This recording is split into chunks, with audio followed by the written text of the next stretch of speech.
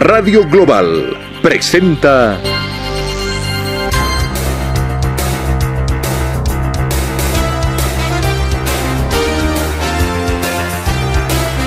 Por Siempre Sucre.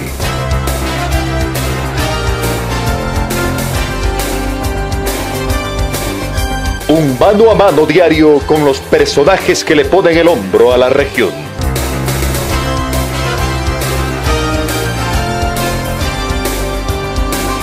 Por Siempre Sucre, con el sello inconfundible de Radio Global, rumbo al Bicentenario de Bolivia.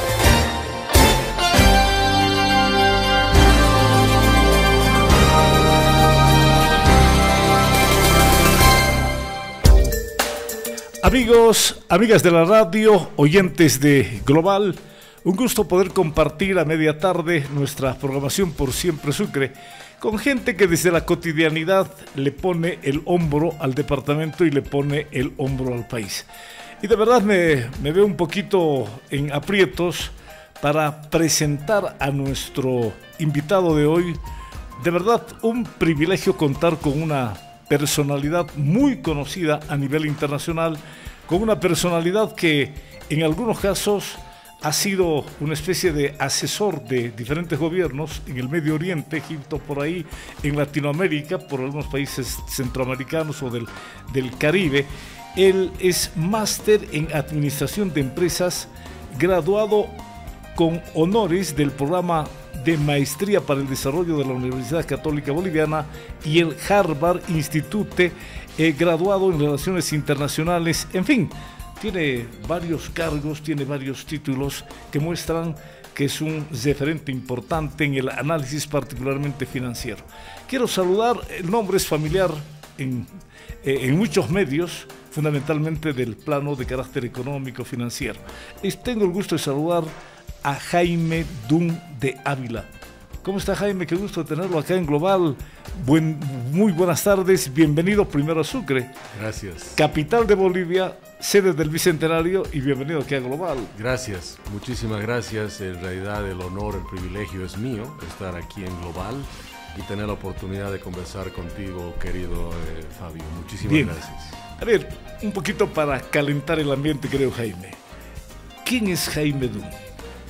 Jaime Dun, ciudadano boliviano, patriota, nacido un 21 de mayo de 1968 en Camiri, provincia Cordillera, ex capital petrolera de Bolivia, aunque creo que el título no lo han quitado, pero en actividad petrolera ha quedado obviamente más pequeño, el Gran Cerro Sararenda. Mi padre, ingeniero petrolero, ingeniero geólogo, formó parte en su momento, de esa época de oro, de los ingenieros bolivianos que son responsables en gran parte del éxito de la producción hidrocarburífera de Bolivia. Varios pozos petroleros llevan en la placa el nombre suyo, ¿no?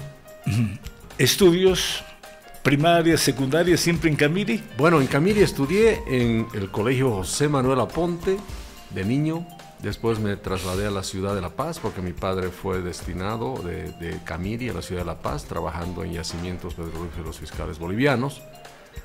Fui al colegio San Ignacio y cuando llegué a lo que se llamaba segundo medio, no sé qué se llama hoy día, 2 años antes de... El segundo medio vendría a ser... A ver, ya me ponen problemas, el cuarto curso del colegio, cuarto curso de secundaria. Sí, exactamente. Y cuando...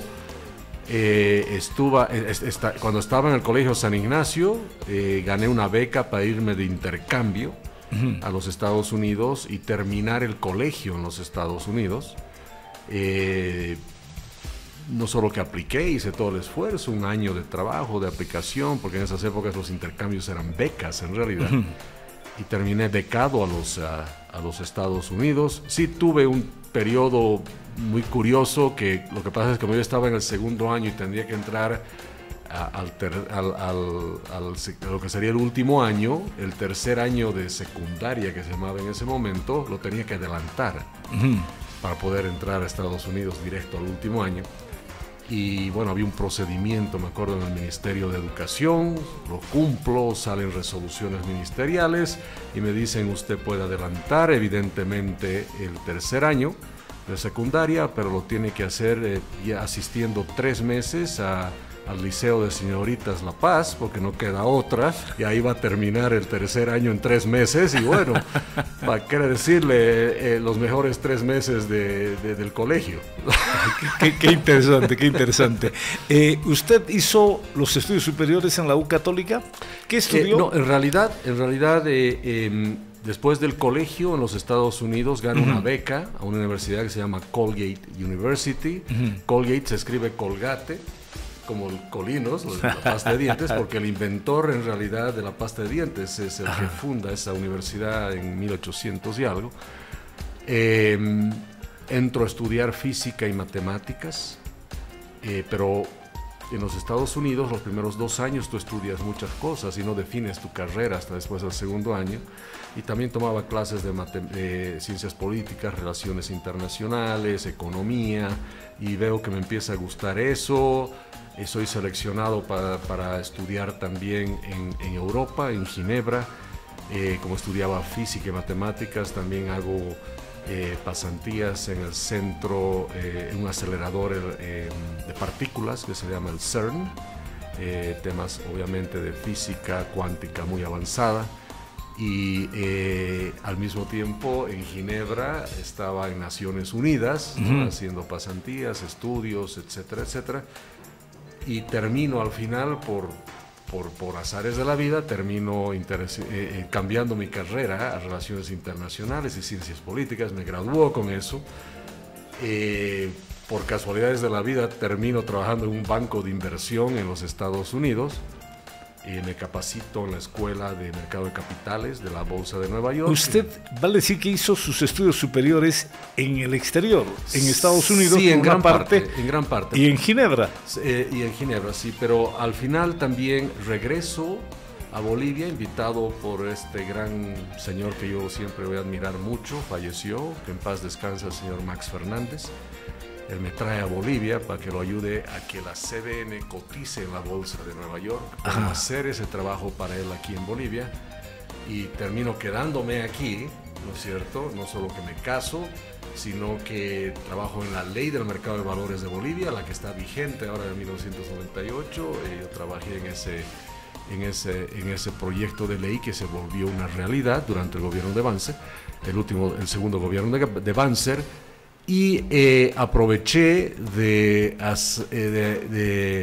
aceptar una invitación que me hacen de las maestrías para el desarrollo de la Universidad Católica y la Universidad de Harvard, que inician en Bolivia ese programa de maestrías en Bolivia. Entro a hacer esa maestría y saco una maestría en administración de empresas ahí también, ya que estaba trabajando en Bolivia, ayudando a Don Max y qué sé yo, ¿no? Entonces, y al final termino quedándome. La idea no era quedarme, pero estoy aquí. Muy bien. Oiga, ¿el título universitario suyo? Sería en Relaciones Internacionales. Relaciones Internacionales. Sí, sí. Sí, sí. ¿Algún tema, alguna profesión, algún título vinculado al tema económico, financiero? En realidad, no de la universidad, sino de la Academia de Mercado de Capitales de la Bolsa de Nueva York. Muy bien. Entonces ahí te dan un título que es un tema específico, muy técnico, por el cual tú tienes las autorizaciones para ejercer como asesor financiero de mercado de capitales. Con semejante currículum, porque usted estudió en Estados Unidos, estuvo en Ginebra, en la vieja Europa, llega a Bolivia traído por don Max Fernández para hacer que la CBN pueda participar en el mercado de valores. Así es, en y Nueva luego York. se quedó en Bolivia, agarró nuestra querida patria, le agarró la patria, Jaime. Mira, te voy a hacer una confesión, capaz no lo he dicho antes. Mi intención nunca fue quedarme afuera. Yo me sentía muy atraído por volver al país, la verdad.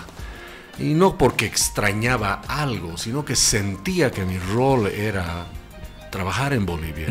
Y por eso cuando don Max me dice, ven aquí, para mí fue una llamada, pero bendita, ¿no? Una llamada que capaz estaba esperando.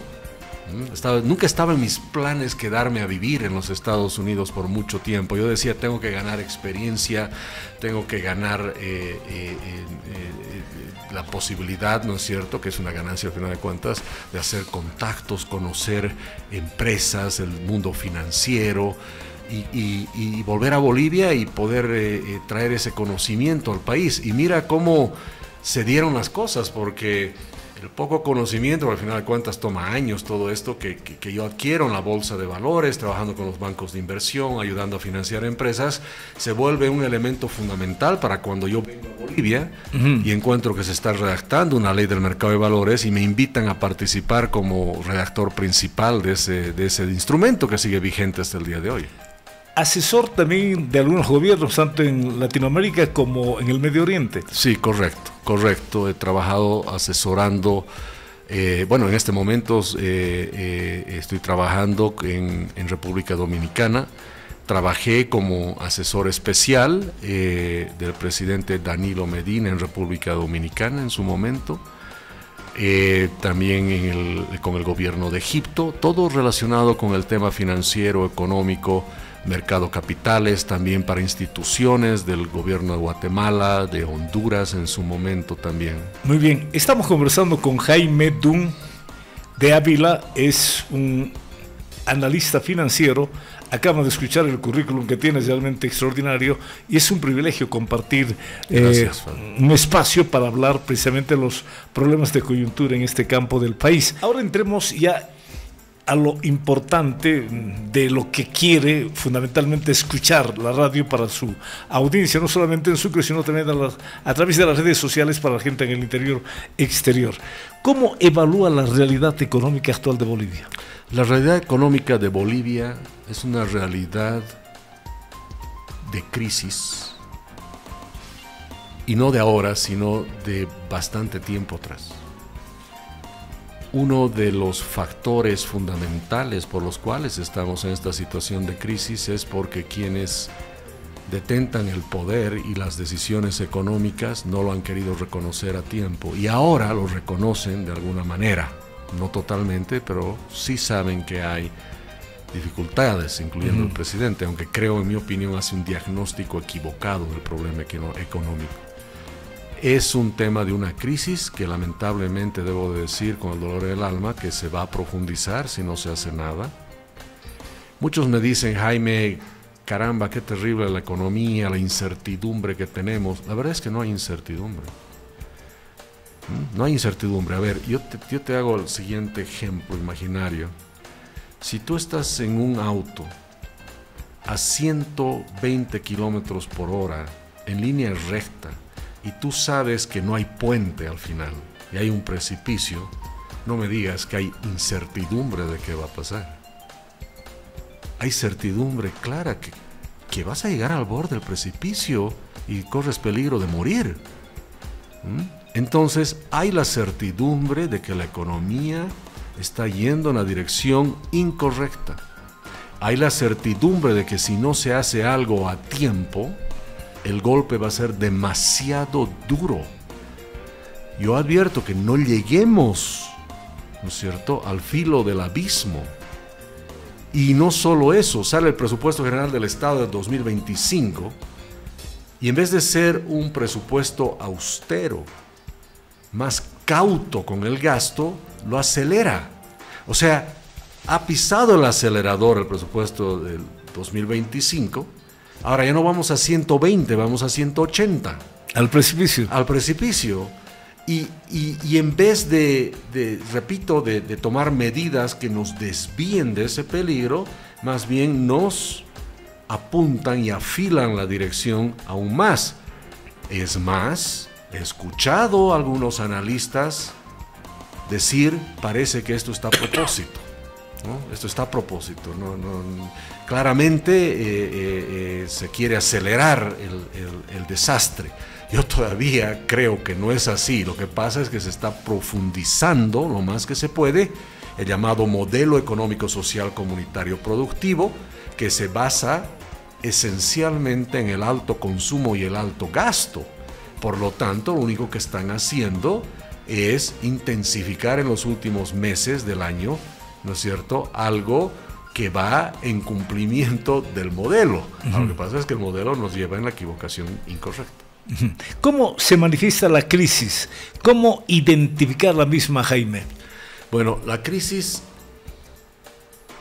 se manifiesta en dos grupos, digamos, de indicadores.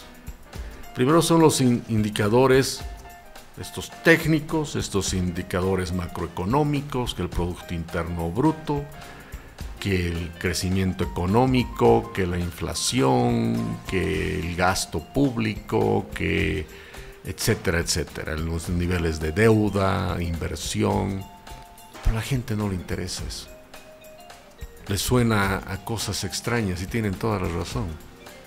El mejor indicador económico es el bolsillo de la gente. Cada ciudadano boliviano, no importa qué profesión tenga y qué hace, es lo que se llamaría, como lo dice Axel Kaiser, un economista callejero. Y él siente y sabe cuando las cosas están bien o cuando las cosas están mal.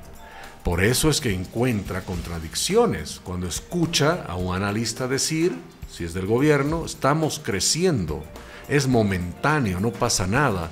O el mismo presidente en una conferencia de prensa insistir de que no hay problemas, que todo es pasajero, es un invento de alguien. No. El hecho de que no me alcanza mi plata no es un invento, es real. El hecho que yo antes usaba un billete para comprar algo y ahora tengo que usar 2 billetes para comprar lo mismo, no, señor, eso es señal de que algo está mal. El hecho de que veo a mi vecino que no consigue trabajo y el otro acaba de perder trabajo, son hechos reales. O cuando la empresa me comunica que me va a dar una especie de preaviso porque no podemos continuar haciendo lo que estamos haciendo. Todos esos son hechos reales, fácticos, de que la cosa está mal. Pero si le preguntamos a los bolivianos desde cuándo sienten eso, no te van a decir que es este año o hace un mes o hace 2 meses. Ya viene hace mucho tiempo atrás. ¿Cómo superar la crisis? ¿Qué hacer en lo inmediato? Mira, no hay forma de superar la crisis si no haces un diagnóstico correcto de qué está mal. Empecemos por ahí. Yo siempre digo, la economía es como un peatón cruzando la calle que ha sido atropellado por un camión. El tema es que está tirado en el asfalto y nadie hace nada.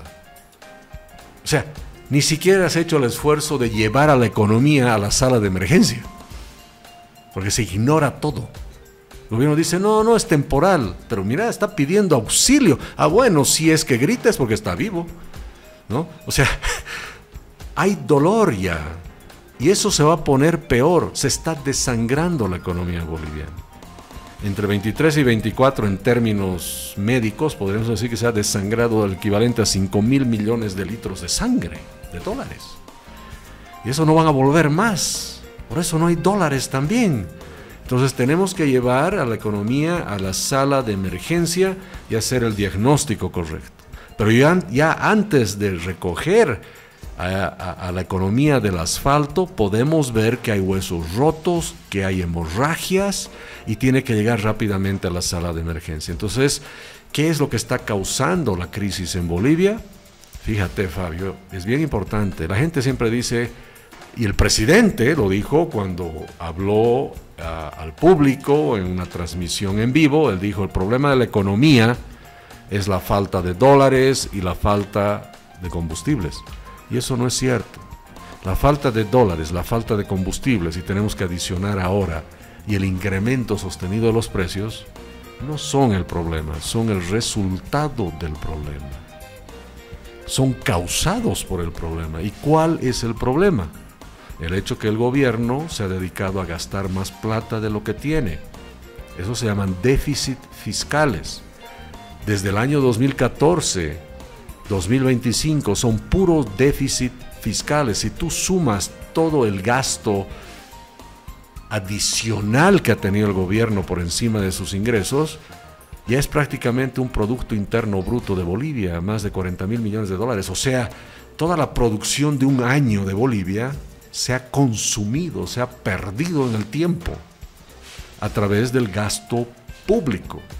Y eso es lo que causa la falta de dólares, el incremento de precios y la falta de combustibles. ¿Nueva redistribución de la riqueza? Terminemos con la redistribución de la riqueza, porque ese es el problema en realidad de este modelo. El modelo económico, social, comunitario, productivo se basa en el principio de que se va a capturar riqueza y a través del Estado redistribuidor se va a redistribuir. Y se va a redistribuir a lo que llama sectores de empresas estratégicas, donde están básicamente las empresas estatales, y a través de los bonos Juancito Pinto, Juana Zurduy, etcétera, etcétera. Entonces, claramente, cuando estamos hablando de un modelo económico que lo que hace es capturar riqueza para redistribuir, tiene pues una fecha de expiración, claramente. ¿Y cuándo es eso? Cuando la riqueza se acabe. Y cuando la riqueza se acaba, ya no repartes riqueza, redistribuyes pobreza. Y es lo que venimos haciendo desde el año 2014. Entonces, una economía en realidad, como principio básico de cualquier modelo, no debe de ser la captura y redistribución de riqueza, sino generar los incentivos necesarios para la creación de riqueza. No debemos tener una torta que la vamos a ir repartiendo en pedazos hasta que se acabe. Debemos tener una fábrica de tortas. Debemos tener una tras otra. Y eso no tenemos en la economía boliviana. Voy a hacer un paréntesis. Voy a hablar de Sucre, voy a hablar de Chuquisaca. Posiblemente el ejemplo más claro de la crisis por la que está atravesando el país en su conjunto. Chuquisaca en los últimos 30 años ha perdido, usted me dirá, está enfocando más en el tema de carácter político, 4 escaños. Y a raíz de esto, económicamente, le voy a dar un ejemplo. 17 municipios del departamento tras el censo han perdido población. Vale decir que ha habido migración. Y a raíz de la pérdida de población, disminuyen sus recursos. Este año 2025, esos 17 municipios ya pierden 50 millones de bolivianos, que para otros departamentos debe ser un monto demasiado pequeño, pero para un departamento tan pobre como Chuquisaca, 50 millones de bolivianos que dejan de tener movimiento en el departamento y en esos municipios, y esperando el próximo censo, de aquí a 10 años, 500 millones de bolivianos. Voy a hablar en primera persona, he calificado esta distribución de recursos del Estado como una distribución salvaje que empobrece a departamentos como Chuquisaca. Cada censo, Chuquisaca es más pobre. Otros departamentos, tal vez Potosí, que comparte los índices más bajos de desarrollo social, ¿no es cierto? De desarrollo humano, perdón. Entonces, sigo calificando esta distribución que prioriza el crecimiento poblacional como una distribución salvaje. Potencia a otros departamentos con el legítimo derecho que tienen los departamentos, porque son los que reciben la migración de otras latitudes del país. ¿Qué debemos hacer en Chuquisaca? ¿Qué debemos proponerle al Estado para salir de esto que parece no tiene salida? Y bueno, justamente el mecanismo de redistribución de riqueza te va a llevar a políticas de esa manera. Y no solo a nivel regional, sino a todos los niveles, las empresas, los negocios, las personas, todos sentimos que la riqueza está siendo redistribuida y a uno le llega más que a otros, de acuerdo a una fórmula que está escrita hace cuántas décadas ahí. Porque estamos partiendo de esa lógica que la riqueza debe ser capturada y redistribuida, cuando en realidad lo que hay que fomentar es la generación y la creación de mayor riqueza. Y la riqueza debería pues quedarse en primer lugar en su fuente de generación y favoreciendo a los que la crean, ¿no es cierto? Y después pagaremos un impuesto al revés para mantener a un Estado que nos dé protección a la vida, protección a las libertades, a la propiedad privada, nos dé justicia y nos dé seguridad ante la ley. Estamos al revés. ¿Por qué digo que estamos al revés? Porque en vez de nosotros producir y darle a él, es al revés. Toda la producción básicamente se la damos a él y esperamos que él nos dé algo a nosotros. Estamos al revés. El sur del país, sigo sosteniendo que el sur del país ha sido la base para el nacimiento y crecimiento de Bolivia. Potosí con las riquezas en la colonia, la vieja Chuquisaca dictando políticas, etcétera, etcétera, con la Universidad de Charcas. Luego Chuquisaca forjó la billetera del país con el tema gasífero petrolífero, cerquita ahí Camiri, capital petrolera. Ahora hay que ver la realidad de Camiri.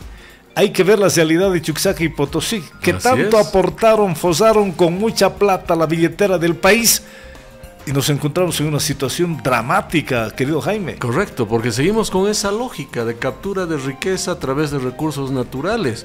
El litio es la plata moderna, o el estaño moderno, o la goma del siglo XXI para nosotros. No, pues, esa lógica tiene que terminar.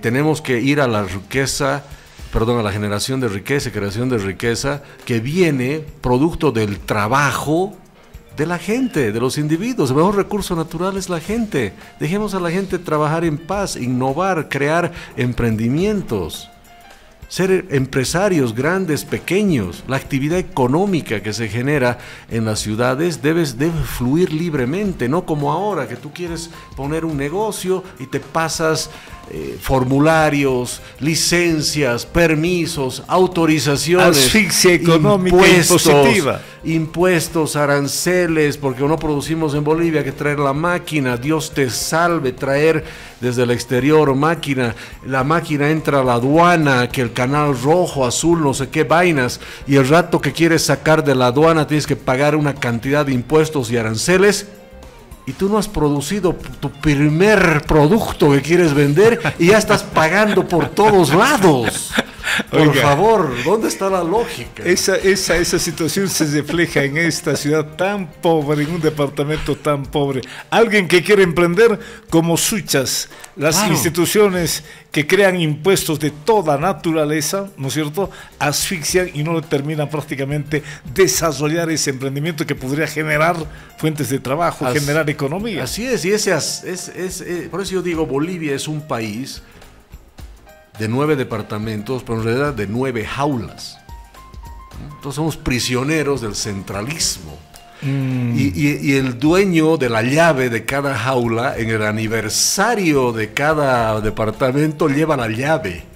La abre, te hace dar como pajarito la vuelta a la jaula y te vuelve a meter adentro, ¿no es cierto? Y vos tienes que hacer cola y detrás de cada pajarito para que te atiendan y te escuchen. Y a ver, yo estaba hablando con importantísimos empresarios privados de Chuquisaca ayer y el día anterior, y todos tienen maravillosas ideas. Producir que esto, que el otro, que el turismo, no sé qué, grandes ideas. Y yo les digo, fabulosas las ideas. Conclusión, ideas no faltan, ideas sobran. La pregunta es, ¿y te van a dejar hacer eso? Estamos conversando con Jaime Dun, ciudadano boliviano, sureño él, para orgullo además, es un referente en el campo económico, financiero, asesor de muchos organismos de carácter internacional, asesor de algunos gobiernos en el pasado inmediato, tiene un currículum realmente extraordinario y es un referente en el análisis político, económico, financiero, social, etcétera, etcétera. Nos privilegia con su presencia y vamos a tratar de explotar al máximo temas de coyuntura. A ver, en esta campaña electoral, querido Jaime, ¿se avisora algún programa económico que pueda cautivar al pueblo boliviano? Bueno, mira, yo he estado insistiendo, haciendo un pequeño paréntesis, que me parece una barbaridad todas estas encuestas que salen, porque aparece primero no sé quién, segundo no sé quién, y no hemos escuchado sus propuestas siquiera, y la gente ya está decidiendo, por lo menos en una encuesta. Entonces yo creo que a la gente en su cabeza, cuando le dicen ¿por quién votarías por presidente?, ellos escuchan a quién conoces más, o quién es el que habla más, o quién es el que está más en los medios. Debe ¿Quién ser quién sale bonito en el TikTok, bailando, exacto, cocinando, ¿no? poniéndose mandil de cocinera? Porque no hay propuestas. Sí he participado como invitado especial en este foro económico que ha habido hace unos 3 días en la ciudad de Santa Cruz, donde algunos candidatos, algunos potenciales candidatos, porque legalmente no lo son todavía, han hecho presentaciones en apenas 20 minutos de lo que serían un programa de gobierno, no necesariamente económico, pero un programa de gobierno. Y sí he notado cosas, debo decir, muy interesantes. Y sí, antes también, a manera de paréntesis, debo comentar que yo he hablado con muchos de ellos y estoy en contacto con ellos en el ámbito profesional, de colaborar con sugerencias, ideas, y sí me consultan algunas cosas, y para mí es un honor que me escuchen tantas horas especialmente. Pero sí he notado que en varios de ellos hay indicios, ¿no es cierto? Y en algunas cosas, y en algunos casos cosas más concretas, de que hay que cambiar las cosas profundamente en el país. Me ha encantado escuchar palabras como una economía más libre, inversión extranjera, fomento de la actividad privada, la palabra achicar el Estado. Achicar el Estado. Sí. Hoy está grande, 500,000 empleados públicos. Exacto, ¿no? Esa palabra ha sido casi el común denominador de un 90% de quienes han hablado, ¿no? Interesante. De que el modelo económico está mal, que no funcionó, prácticamente todos. Es más, para mí fue un honor que el representante ante el foro de Luis Fernando Camacho, que no pudo estar presente por estar obviamente injustamente preso en Chonchocoro, Efraín Suárez lo representa y habla del programa de gobierno de Luis Fernando Camacho, y me agradece personalmente Luis Fernando Camacho por las ideas que yo doy, que están encaminadas en la libertad, la propiedad privada, la justicia, la igualdad ante la ley. Para mí ha sido realmente un honor escuchar mi nombre mencionado, ¿no? Por uno de ellos. Y de alguna manera cada uno de ellos alguna idea liberal tiene, incluyendo el andrónico. Porque él habla de que el modelo no sirve, que el Estado es muy grande, que se está yendo en contra de la inversión privada, a tal punto que otro exponente importantísimo del liberalismo, que es Branko Marinković, abre su alocución diciendo: caramba, yo no sabía que todos se han vuelto liberales, incluyendo a Andrónico. Incluido a Andrónico. Sí, pero más allá de la broma, ¿no es cierto? Y la jocosidad de ese comentario, me ha abierto,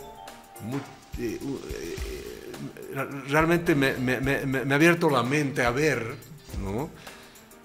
Con mucho gusto, de que la idea de cambio está en la mayoría de ellos. Está germinando, está ahí.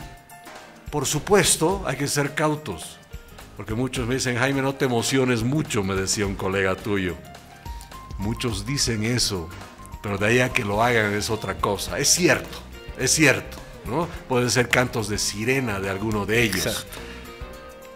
Pero igual no quita el mérito de que se habla del tema. Que ya la gente empiece a hablar de achicar el Estado. Sí. Achicar ese monstruo de 500,000 empleados públicos. Parece que son 550.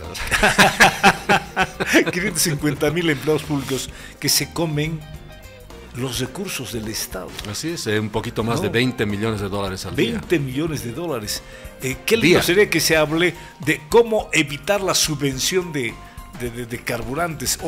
Usted puede explicarnos mejor otro tema que lamentablemente daña la economía del Estado, disminuye posibilidades para poder ejecutar seguramente otro tipo de proyectos. A ver, para cerrar esta parte, ¿los partidos políticos priorizan los programas de gobierno, querido Jaime?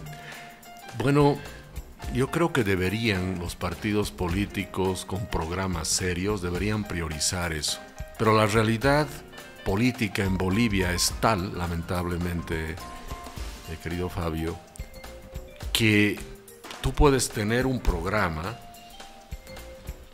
y necesitas buscar alianzas políticas para tener gobernabilidad, y terminas aliándote con otros que tienen otros programas, y el tuyo al final puede quedar totalmente desmembrado, y lo peor de todo, podría estar como parte de la negociación quedar ignorado. Y lo peor que he escuchado, me imaginaba que sucedía esto, pero no tenía la prueba, de que hay 2 programas en el caso de algunos. El que se muestra a la gente y el que de verdad voy a hacer. Es como en alguna sentencia, ¿no? Esta sentencia cuesta tanto. Esta otra sentencia cuesta tanto. ¿Cuál eliges? Bueno, así es. Puntos suspensivos. A ver, hablemos del litio. Bien. Usted tocaba hace rato el litio. El gobierno está haciendo lo necesario, lo correcto en el tema del litio. ¿Bolivia avanza por el camino en el tema del litio? Bueno, el gobierno está haciendo todo lo incorrecto en el tema del litio. Primero, tratar de ahora reemplazar el gas natural por el litio, porque es condenar a Bolivia a seguir dependiendo de recursos naturales. Ese es un gran error. El segundo tema es que el litio es algo complejo. La tecnología que necesitamos para extraer el litio de manera comercial en Bolivia, es decir, de manera que pueda ser factible su procesamiento, su transporte, su venta y su incorporación en los mercados, es mucho más difícil que en otros países. En Australia, por ejemplo, el litio es una actividad minera.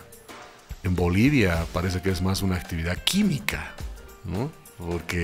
Porque estamos hablando de tecnologías de separar el litio de otros componentes que tiene, que son más complejos.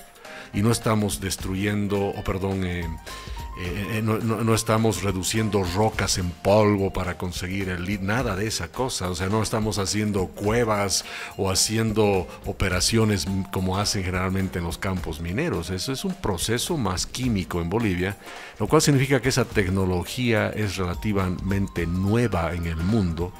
Y hasta donde hemos podido ver, y cuando leemos estos contratos que se han aprobado con tanta controversia, está claramente establecido que la tecnología del litio para Bolivia no es algo que está ahí, solo hay que agarrarla y ponerla. Hay mucha investigación que hay que hacer. Es más, ya viene Bolivia saliendo por temas del gobierno, que se ha empecinado en resolver el tema del litio y encontrar a través de IBL, ¿no es cierto?, la fórmula mágica del litio. Se ha hecho inversiones de más de $1.000 millones. Y en carbonato de litio, los últimos 2-3 años hemos exportado como $30 millones de carbonato de litio, con una inversión de $1.000 millones. Entonces significa que hemos tomado todas las decisiones incorrectas. Y por el otro lado, ya nace el litio con problemas en Bolivia, cuando necesitas mucho conocimiento y decides que va a ser, y está en la Constitución lamentablemente, que estas actividades que precisan de mucho capital y de mucho conocimiento están condenadas a siempre realizarse, ¿no es cierto?, por el Estado boliviano, dejando y desplazando la actividad privada, que es la que podría encontrar la solución más rápido que el Estado. El 33% del litio en el mundo lo tiene Bolivia. Dicen las estadísticas, dicen los entendidos, 33%. Así es. ¿Nos puede hacer soñar de que esto va a cambiar? Bueno, a ver, tomando las políticas adecuadas. Sí, yo creo que hay que también tener ahí claro lo que es la diferencia en tener recursos de litio y reservas de litio. No es lo mismo. Y se alegra, estas palabras se usan muy alegremente en el léxico de los bolivianos, ¿no? Una cosa es tener recursos, es decir, aparentemente hay 21 millones de toneladas o una cosa así, que claro, multiplicamos en su momento por $40,000 y bueno, ¿no? Somos los dueños de una fortuna supuestamente inmensa. Pero el tema es que en realidad no se trata de cuánto tienes en litio per se de forma física, sino de cuánto de ese litio puedes comercializar en el mundo de manera que sea rentable. No es lo mismo. Es igual que podríamos encontrar gas, no sé, en la cima del Illimani. oh, hay ahí una reserva de gas inmensa. Sí, pero te cuento que sacarlo desde ahí, bajarlo, llevarlo al mercado, es tan caro que no es rentable. Vale la pena hacerlo. Entonces mejor lo dejamos ahí, ¿no es cierto? Parece, por ejemplo, que este descubrimiento, entre comillas, porque todavía hace falta hacer mucha prospección de gas de Mayaya en La Paz. Parece que su problema es que realmente pueda ser extraído de manera rentable y llevado a los mercados internacionales de manera rentable. Esa es otra cosa. Puede haber, pero puede ser que sea muy difícil extraerlo. Entonces, si tienes estos 21 millones o 22 millones de toneladas de litio, la pregunta es cuánto de ese litio es comercializable realmente, y no van a ser las 22 millones de toneladas. Hablando de gas, y como sureño naturalmente nos interesa a todos, ¿no? Porque significa esperanza para estas regiones del país. Evo Morales nos dijo que Bolivia vivía en un mar de gas y se gastaba la plata como jeque. Y lo que pasa es que años después no hay gas ni para poder atender los requerimientos de la Argentina, peor los requerimientos de Brasil, y para desgracia de pobre, Vaca Muerta empieza a proyectarse de aquí para 150 años, si no me equivoco, no estoy entendido en la materia. Y todavía el país puede tener esperanza en poder encontrar con políticas acertadas de exploración de pozos gasíferos en el sur del país, querido Jaime. Bueno, yo creo que sí. A ver, mi padre, ingeniero geólogo, yo hablaba mucho de este tema con él cuando estaba en una situación de una mejor salud, y él siempre decía que había mucho por explorar en Bolivia, y él alertaba, me acuerdo, allá por el año 2011, 2012, conjuntamente con otros analistas y especialistas energéticos, de que no se estaba haciendo el trabajo suficiente de exploración. O sea, ya se hablaba 2011, 2012 de ese hecho, porque se veían los presupuestos hacia adelante, yacimientos, de que no se tenía suficiente para explorar. Y que al final de cuentas, no voy a decir el porcentaje porque seguramente me voy a equivocar, pero del 100% de las áreas donde hay hidrocarburos en Bolivia, apenas una fracción pequeña es la que se estaría explorando en Bolivia. Fracción pequeña. Sí, o sea que hay un potencial mucho más grande, pero ese potencial nunca lo vamos a saber si no se hace la exploración correcta. Entonces, por eso yo siempre digo, querido Fabio, en Bolivia no es que se ha acabado el gas, se ha acabado la seguridad jurídica para extraer el gas, que es otra cosa. Otra cosa. Sin seguridad jurídica nadie va a venir a Bolivia a explorar. Y con impuestos del 85% nadie va a venir a sacar ese gas. No hay seguridad jurídica. No hay seguridad jurídica y no hay rentabilidad suficiente. Qué pena, ¿no? Claro. Qué pena de verdad. Pero se supone que la región del Chaco, sin decir Cruces, sin decir de Santa Cruz, de Tarija, de Chuquisaca, el Chaco boliviano atesora todavía en sus entrañas mucho gas. Por supuesto. Pero que hay que explorar, ¿no? Que hay que explorar. Y seguramente tierras raras, por ejemplo, y otro tipo de cosas. Pero tenemos que entender, y mira, se me viene a la cabeza este filósofo que hubiera sido un gran economista en su momento, hace siglos, John Locke. Él decía, la creación de riqueza es agarrar el barro, y con eso hacer algo útil, como una vasija, una cerámica, y que alguien lo necesita y yo se lo vendo y lo comercializo. El Chaco es puro barro. El litio es barro. ¿Por qué? Porque no hemos agarrado eso para hacer algo útil y poder comercializarlo, ¿no? Entonces, el proceso de creación de riqueza con esos recursos naturales está totalmente obstruido por la falta de seguridad jurídica. Nadie quiere ensuciarse las manos con ese barro porque no sabe si hace una vasija la va a poder vender. En el tema gasífero fue un tremendo error. ¿Cómo se llama la empresa brasileña, ese monstruo? Petrobras. Sacar a Petrobras de Bolivia, ¿no? Y por supuesto. ¿Y qué ha hecho Petrobras? Se ha ido a otro país. Se ha ido a otro país a explorar y a crear riqueza. Y es más, y se han ido también a ver temas por la Argentina, ¿no? Yo escuché a un político argentino decir algo bien curioso, duele en el alma como boliviano, pero es muy real. Le preguntan, ¿y cómo fue que se desarrolló Vaca Muerta? ¿Y cómo se aceleró y fueron tan eficientes? Gracias a Bolivia, respondió. Todas las gasíferas, todas las empresas petroleras gracias a Bolivia. Vaca muerta. Sí, así es. Gracias claro, a Bolivia. Y todas las empresas salieron de Bolivia, escaparon de Bolivia para ir a potenciar y fortalecer la proyección de Vaca Muerta. Alguien dice para 150 años. No estoy seguro cuándo, pero sí se mide la provisión de gas. Bueno, recuerda cuando teníamos no sé cuántos TCFs nosotros, igual que era de 2 dígitos la cifra, se hablaba de por lo menos 150 años, 200 años. Bueno, y nosotros seguiremos siendo los tontos útiles, seguiremos en esta oportunidad, a falta de gas, alquilar nuestra red. No, y ¿sabes qué? Lo peor de todo, querido Fabio, somos expulsores de talento, expulsores de empresas, expulsores de gente. Porque en nuestra tierra no hay las oportunidades suficientes por todos estos temas que estamos hablando. Chuquisaca, me decía, se pierde escaños. ¿Por qué pierde escaños? Porque pierde gente. Se nos va. O sea, en otras palabras, Chuquisaca se ha vuelto un expulsor de gente. Ahora, no es porque no queremos que la gente se quede, es porque vivimos bajo condiciones económicas, políticas, sociales y con una opresión y una disminución de nuestros ingresos de tal manera que el resultado es la expulsión de gentes. Perfecto.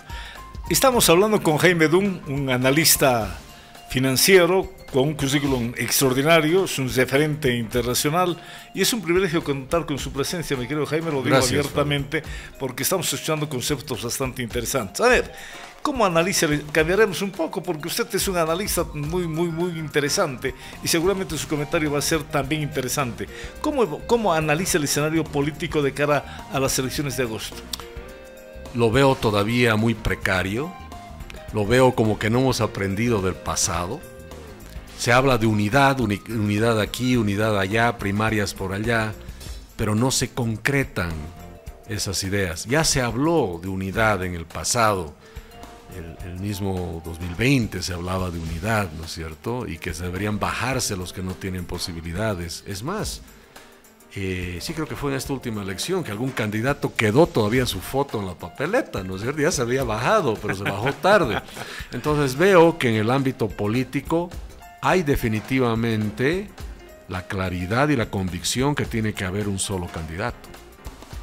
El tema es, o por lo menos la mayoría de los precandidatos creen eso, pero el tema es que no se llega a concretar esa idea, lamentablemente, y es una pena, porque yo lo veo de la siguiente manera. Encuestas que ha hecho el mismo movimiento al socialismo y las encuestas que ha hecho, no importa quién las ha hecho, en todas resulta que el movimiento al socialismo tiene un techo de alrededor del 30%, no pasa de ese 30%. Entonces, claro, es altísimo, por supuesto, ese 30% es una cantidad de votos grande, pero eso significa que hay 70% para la oposición. ¿Ah? Pensemos así, la oposición tiene una gran oportunidad para derrotar al masismo, porque hay 70% más o menos de los votos disponibles para la oposición. Lógico, pero siempre y cuando no sean pues 19 candidatos. 19 candidatos. Bueno, a ver, ¿ve usted candidato o candidatos que tengan una propuesta económica bastante interesante, y utilizo la palabra por segunda vez, capaz de cautivar al electorado? ¿Encuentra actualmente candidatos? Mira, por supuesto, tú me haces esa pregunta y yo debo reconocer, tengo un conflicto de interés en la respuesta, porque yo soy liberal de verdad, ¿no es cierto? Oiga, ya me priva de un comentario, porque yo le iba a preguntar a Sato, ¿liberal o socialista? No, liberal, totalmente. ¿Por qué? Porque justamente creo en el derecho a la vida, a las libertades individuales, a que cada uno debe tener su proyecto de vida y hacerlo en paz. Y se debe respetar, especialmente el Estado, debe respetar los proyectos de vida que tienen las personas. Y también las regiones, porque las regiones tienen proyectos de vida para sus ciudadanos, ¿no? Entonces, creo en eso, creo en la propiedad privada. Yo creo que no puede haber propiedad privada, ¿no es cierto?, en un régimen socialista, ¿no? No solo que creo, se trabaja en el socialismo para que no haya propiedad privada, ¿no? Por eso se busca la abolición de la propiedad privada. Yo creo en la propiedad privada, creo en la seguridad jurídica. Yo creo que el Estado debe existir, sí, pero solo y únicamente para garantizarnos lo que te acabo de decir, derechos naturales. Todos tenemos el derecho a vivir en paz. Tenemos el derecho a tener propiedad privada. Tenemos el derecho a vivir con justicia, con igualdad ante la ley y hacer libremente lo que queramos hacer en el marco, obviamente, del cumplimiento de una norma legal que nace de nuestro deseo de tener seguridad. Y pagaremos impuestos, claro, pero solo para que me hagas esas cosas, no hagas más, por favor, ¿no? Los bolivianos hemos llegado a tal punto que creemos más bien que el gobierno tiene que hacer todo, y eso es mentira. El mejor gobierno es el que hace lo menos posible y te deja a vos hacer lo que quieres hacer. Claro, en los países más importantes del primer mundo el Estado se aleja y pero totalmente. El gran protagonista es el ciudadano, es la población. Es más, el movimiento al socialismo con el modelo económico, social, comunitario, productivo lo pone claro. Dice, vamos a redistribuir riqueza, y como hay que redistribuirla y yo la voy a redistribuir, yo voy a decir a quién se le da y cuánto. Y por eso dice, el Estado boliviano va a tener facetas múltiples. No solo va a ser el gobierno nacional, va a ser el inversionista, va a ser el planificador, va a ser el redistribuidor, va a ser el banquero, va a ser el beneficiador, dice. En otras palabras, lo va a hacer todo. Y yo digo, ¿y nosotros los privados qué nos vas a dejar hacer? Una pregunta tal vez simple en el contexto internacional. Políticamente China es un Estado declarado socialista, pero económicamente compite de la manera más salvaje con el capitalismo. Así Ojo, es. no estoy santificando ni satanizando a ningún imperio, porque los imperios generalmente se aprovechan, etcétera, etcétera, todo el mundo sabe. China compite salvajemente con otro capitalismo como es Estados Unidos. ¿Cómo podemos explicar eso? Políticamente declarado Estado socialista y económicamente China peleando el mercado. Así es. ¿Qué es lo que pasa en la China? Por eso le hablo de la China. La China son comunistas arrepentidos. Eso es lo que pasa. ¿Y cuándo sucede eso históricamente? ¿China, comunistas arrepentidos? Claro. ¿Qué es lo que ha pasado con ellos? Vamos históricamente a ver el gran salto de Mao. De Mao Zedong. Exacto, como Mao Zedong dice, vamos a ser los comunistas más perfectos sobre la faz de la tierra. Y dice, ¿no? Ese Lenin, ese Stalin son unos idiotas, no han sabido hacer comunismo, yo lo voy a hacer. Voy a buscar la igualdad total y absoluta.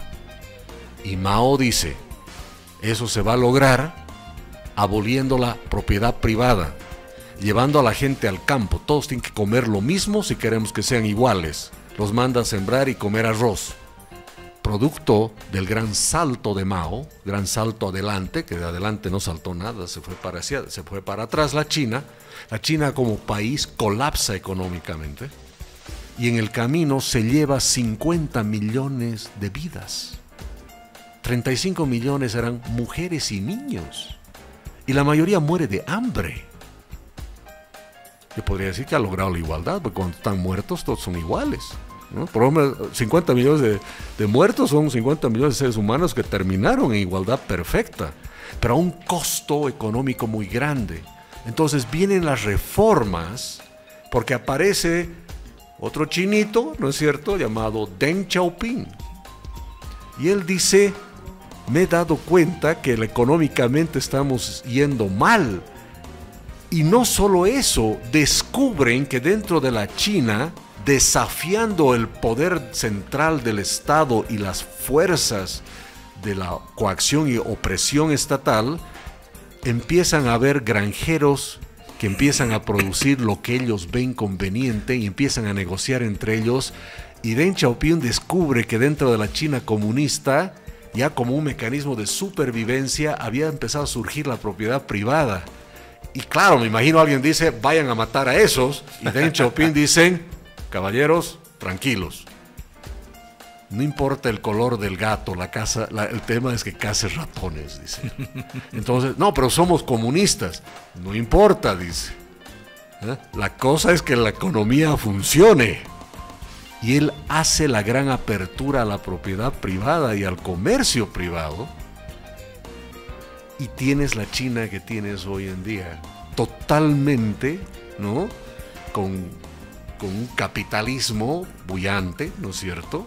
Y no solo eso, se abre al mundo a tal punto que hoy en día, querido Fabio, a China, ¿por qué se la conoce? Por ser un gran exportador, el exportador más grande del mundo. Pero muy poca gente sabe que el 56% de las exportaciones chinas son productos manufacturados por empresas extranjeras, no chinas. Porque dicen, venga el mundo a invertir a la China. Sus puertas. Abrió. Y se da la gran apertura durante Richard Nixon. Y Nixon habla con los chinos, le dice, abramos la China al mundo. La Coca-Cola es una de las bebidas más consumidas al margen del té verde allá en la China, ¿no? Lógico. Ahora tenemos la China en crisis, ¿no es cierto?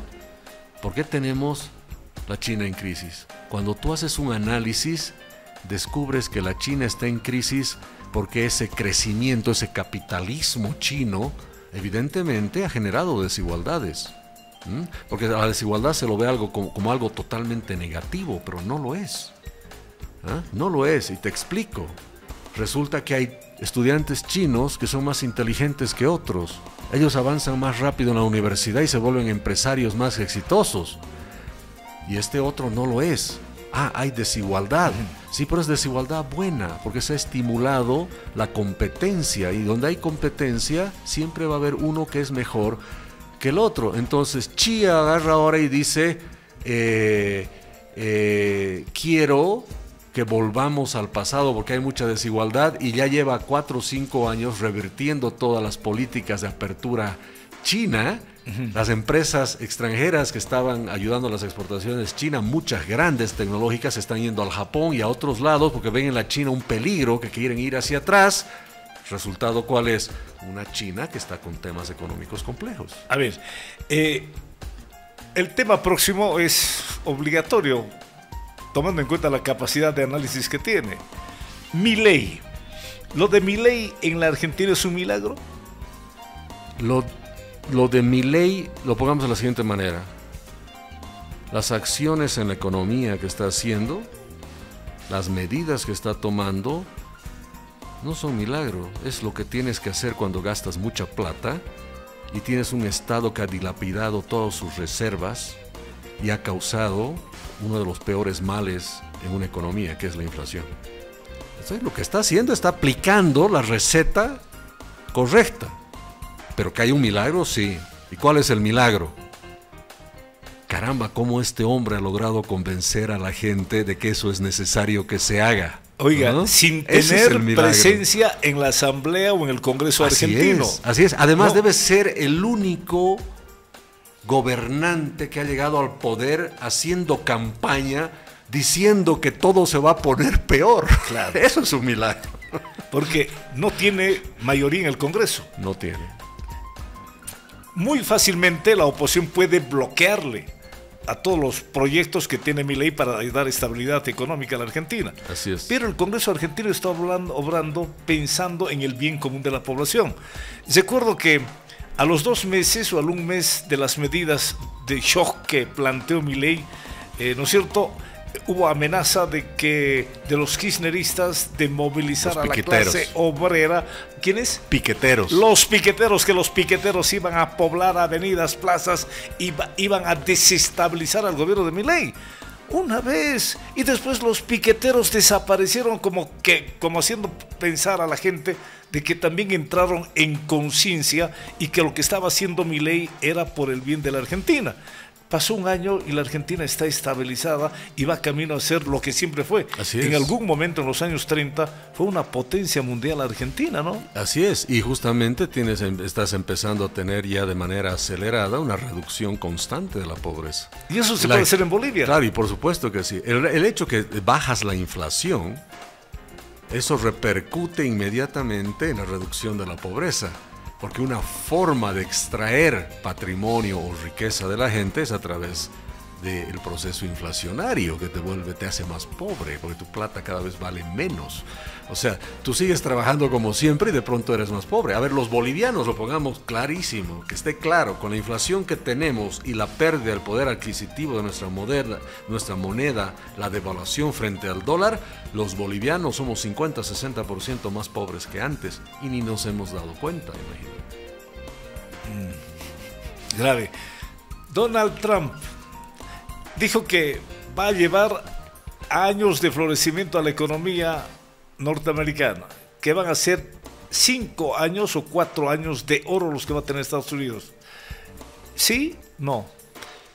Yo creo que está encaminando las políticas hacia eso, pero al mismo tiempo veo que es una persona que me gustaría que fuese más liberal. No lo es necesariamente con muchas de sus políticas. Por ejemplo, el imponer aranceles, impuestos a las importaciones de ciertos países, desatar una guerra comercial, no son actividades liberales, son cosas que en realidad perjudican a las economías y va a perjudicar a la misma economía americana, porque él está pensando igual que el masismo en la sustitución de importaciones. Voy a hacer más caros los productos del extranjero para que los americanos compren productos locales.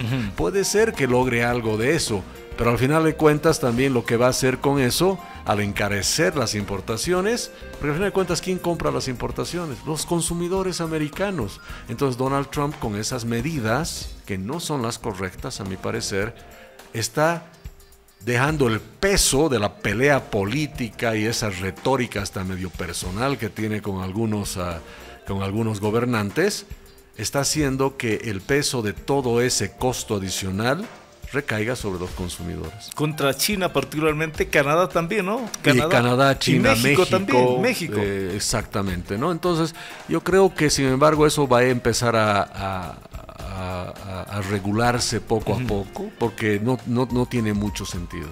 Se advierte que la política internacional es tratar de disminuir ese crecimiento de la China y sobre todo su expansión, inclusive en el continente americano. Se puso celoso Trump cuando se conoce que en el canal de Panamá hay más presencia china que norteamericana. Así es, porque evidentemente lo que ha pasado en todos los años, especialmente de los gobiernos demócratas, es que ha habido pues un abandono de alguna manera a lo que es Latinoamérica y el Caribe, ¿no es cierto? Y bueno, para ser justos también, en algunos gobiernos republicanos había un abandono de toda la región. Y evidentemente eso desde el punto de vista geopolítico tiene sus consecuencias. La China ha sido más hábil en moverse. Tengamos claro una cosa, queridos amigos, o sea, los países no tienen, no es que son amigos. Los países, yo justamente en la universidad tuve la oportunidad de participar en charlas de un gran diplomático, hombre famoso, Henry Kissinger. Y yo me acuerdo de una de sus charlas, él dijo algo muy interesante. El gran diplomático que tuvo los Estados Unidos, ¿no? Exactamente, y a nivel mundial, un gran asesor.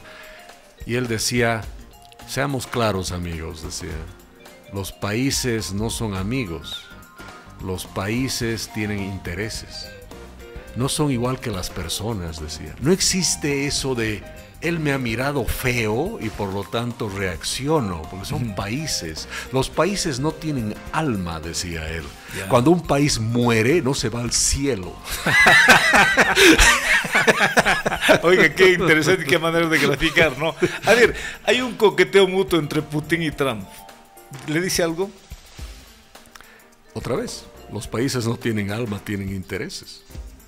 Y ahí están viendo. Y estos dos representan a dos potencias importantes, ¿no? Y claro, y están viendo qué intereses en común pueden tener. Y así se maneja, ¿no es cierto?, la política internacional. Es un tema de intereses, pero no intereses personales, sino intereses de Estado.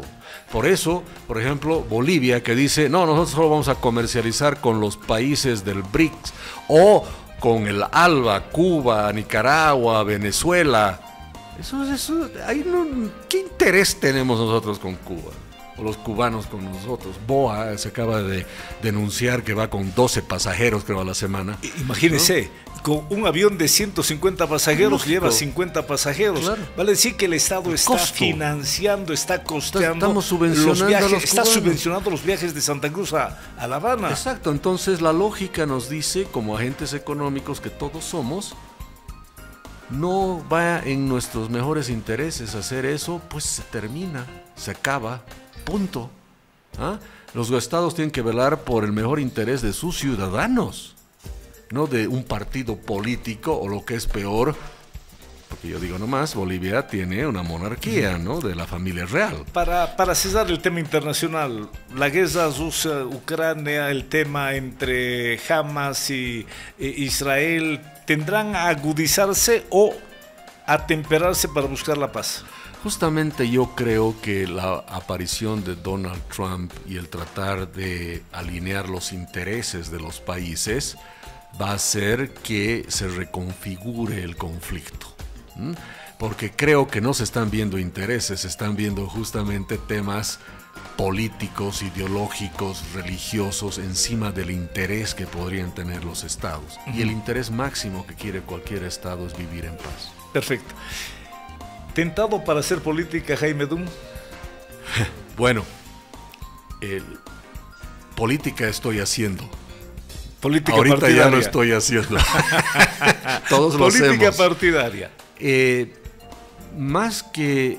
Es que no creo que es un tema tanto de estar tentado a hacer, sino que hay que ver si uno puede jugar un rol importante para hacer un cambio de verdad y no ser parte del voto útil, ¿no es cierto? Que termine haciendo más bien que se perpetúe el movimiento al socialismo. Fíjate cómo esta tu pregunta yo la ato a lo que te decía, hay 70% de voto disponible para la oposición, pero no con 19 candidatos. Entonces, qué tontera y qué desperdicio sería que aparezca el 20º candidato ahora, ¿no es cierto? A diluir más el 70%, no tiene ningún sentido. Por eso yo hablo de manera concreta y se ha vuelto algo un poquito viral, he visto. Yo hablo de tener 5 P's, tener la persona, tener el programa, hay que tener, porque la ley lo exige, un partido, ¿no es cierto? Hay que tener la plata, porque estas cosas son caras, y hay que tener el pueblo. Si no tienes esas 5 cosas, o por lo menos 4 de esas 5, no deberías ni siquiera animarte a ser precandidato menos candidato. Es más, yo le pido a la población a través de tus micrófonos que analice uno por uno de los potenciales candidatos si tienen las 5 P's. Creo que nadie llega a 3 P's todavía. ¿Cuáles son? No, prefiero no decir todavía para no causar repercusiones, porque ya me ha pasado en Tarija que mencioné otra cosa, pero terminó traducido en algo tremendamente injusto para un candidato. Bueno, ¿cómo ve a Sucre? A Sucre veo... ¿De qué tiempo volvió? ¿De qué tiempo vino? He estado en Sucre más o menos hace 3 meses atrás. ¿No? Viene de pasada rápida. Vienes casi seguido. Y bueno, y lamentablemente para los amigos potosinos, digo yo, hay que venir por Sucre para llegar a Potosí, ¿no? Porque así lamentablemente algún genio ha determinado que el aeropuerto se pone de tal manera o no se construye el aeropuerto donde tiene que ser. Entonces para ir a Potosí tienes que pasar por Sucre, ¿no? Así, imagínate lo mal que estamos con ese estado planificador. Ahora, ¿qué veo en Sucre? Yo te diría desde el punto de vista económico y desde el punto de vista de estas ideas que te digo de la libertad, ¿no? Para mí Sucre siempre es, pues, a ver, es la cuna de la libertad, se dice, ¿no es cierto? Pero yo lo siento realmente de verdad, y este año más que nunca. He estado esta mañana en la Casa de la Libertad, debo confesar por primera vez, porque yo viví muchos años afuera y no conocía esta hermosa Casa de la Libertad. Y cuando tú caminas por los pasillos, por adentro, sientes la libertad, o sea, sientes si la libertad fuese un tanque de gasolina, estás full de libertad. Pero pasas el umbral de la puerta y se te baja el tanque de libertad. Y dices, caramba, esta es la Bolivia de hoy, no es la que se pensó ahí adentro. No somos menos libres, ¿no? El hecho que los chuquisaqueños no pueden hacer sus proyectos en libertad porque alguien tiene que decidir por ellos, son menos libres. El hecho que tienes menos recursos, tienes menos propiedad privada al final de cuentas, porque eso tiene que terminar en el bolsillo de la gente, tienes menos libertad. Veo a Sucre, sin embargo, como la esperanza que ahora en este bicentenario se pueda retomar las ideas de la libertad de siglos pasados y se empiece a llenar el tanque a partir de agosto de este año. Desde la fundación de Chuquisaca, que fue la primera ciudad fundada por los españoles, Chuquisaca siempre fue cabeza de estado. La Real Audiencia de Charcas, Correcto, famosa la capital Chuquisaca, que tenía una jurisdicción geográfica, norte de Chile, norte de la Argentina, parte del Paraguay, lo que hoy es Bolivia, lo que era antes el Alto Perú. Había una jurisdicción geográfica espectacular. Fuimos cabeza de Estado. Primer grito de libertad, los doctores llegados a todas partes para sacar el título de doctores que irradiaron la llama de la libertad. 16 años después, la fundación de Bolivia.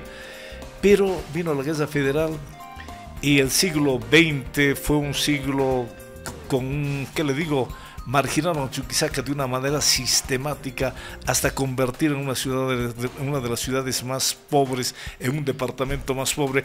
Y no me gusta decir esto, pero las estadísticas son claras. Chuquisaca y Potosí tienen los índices de crecimiento en materia de población más bajos de Bolivia. Chuquisaca está en el último lugar. Los índices de desarrollo humano son alarmantes. Entonces lo que nos está faltando, el enemigo no está en la paz, no está en el centralismo. El enemigo está viviendo aquí en la ciudad de Sucre. Y es hora de que todos podamos entrar en un sentimiento de sinceramiento y poder encontrar el camino para poder despegar y dejar de lamentarnos, ¿no? Así es. Querido Jaime, ha sido un gusto de haber compartido, ha sido un privilegio para mí, lo digo públicamente, de conversar con un analista, con un referente, con un profesional muy capaz, con muchos títulos, y que cada conferencia, cada taller o seminario donde participa, la gente se va contenta, feliz, porque ha logrado aprovechar y conocer un poco más de la realidad del país. Quiero agradecerle, Jaime, por su gentileza, y cuando ya tengo el teléfono suyo, ¿no? Sí, tengo el teléfono suyo para los análisis. Es una radio informativa, desde las 6 de la mañana hasta las 9 de la noche, pura información. Y necesitamos el análisis, comentario de gente que tenga autoridad en el tema para hablar de la coyuntura. Cuando gustes, querido Fabio, para mí un placer y un honor estar aquí en Global Radio TV. Muchas gracias. Un abrazo. Amigos y amigas de la radio, si Dios lo permite, mañana tendremos el gusto de poder compartir otro Por Siempre Sucre. Un abrazo para todos. Muy buenas tardes.